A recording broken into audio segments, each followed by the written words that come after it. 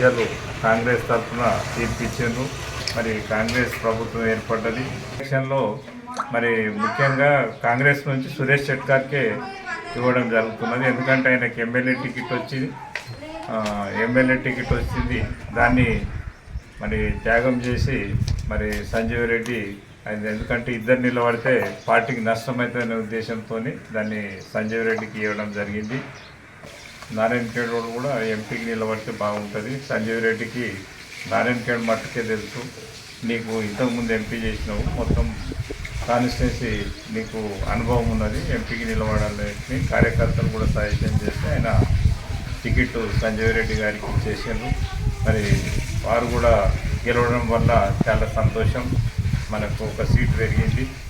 మరి ముఖ్యంగా అన్నిటికంటే జైరాబాద్ కాన్స్టిట్యున్సీలో మరి మన ప్రజలు కాంగ్రెస్కి అనుకూలంగా ఉంది. మరి ఏదో విధంగా వాళ్ళు మరి టీఆర్ఎస్ వాళ్ళు మరి పైసలు దాన్ని ఖర్చు పెట్టడం వల్ల కొంత మనది నష్టం జరిగింది జైరాబాద్లో. మరి ఇప్పుడు వచ్చే ఎంపీ ఎలక్షన్లో సురేష్ షెట్కార్ నిలబడుతున్నారు. దానికి మేమంతా కూడా మద్దతు చేస్తున్నాం. మరి తప్పకుండా మంచి మెజారిటీతో గెలుస్తారని ఆశిస్తున్నాం. ఎందుకంటే 7 ఎంపీ కాన్స్టిట్యున్సీలలో 7 ఎమ్మెల్యే కాన్స్టిట్యున్సీలలో ఎంపీ దీనిలో 4 ఇప్పుడు కాంగ్రెస్ గెలిచినాయి. మిగతా ఇప్పుడు జైరాబాద్ కూడా చాలా బాధపడుతున్నారు. ఎందుకంటే మేము కాంగ్రెస్ని పోగొట్టుకున్నాం, కాంగ్రెస్ గవర్నమెంట్ వచ్చేది, అన్ని పనులు అవుతుండే, ఈ టైంలో మరి సీటు పోయిందని బాధపడుతున్నారు. మరి ఇక్కడ కూడా భారీ మెజారిటీ ఎంపీకి ఇవ్వగలుగుతాం.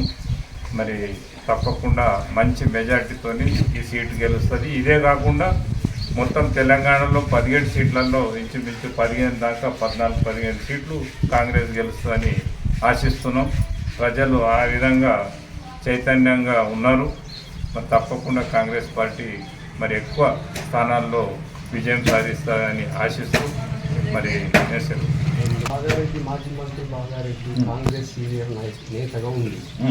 ఆయనకు ఓట్ల అభిమానులు ఎక్కున్నారు. ఆయన ఉన్నప్పుడు ఆయన కొడుకు బీజేపీ పార్టీలో కలిసి మన కాంగ్రెస్ పార్టీకి ఏమన్నా ఆయన వల్ల నష్టమవుతుందా కాదా? అట్లేం కాదు. బాగారెడ్డి గారి శిష్యులమే మేమంతా కూడా, బాగారెడ్డి గారి శిష్యులమే.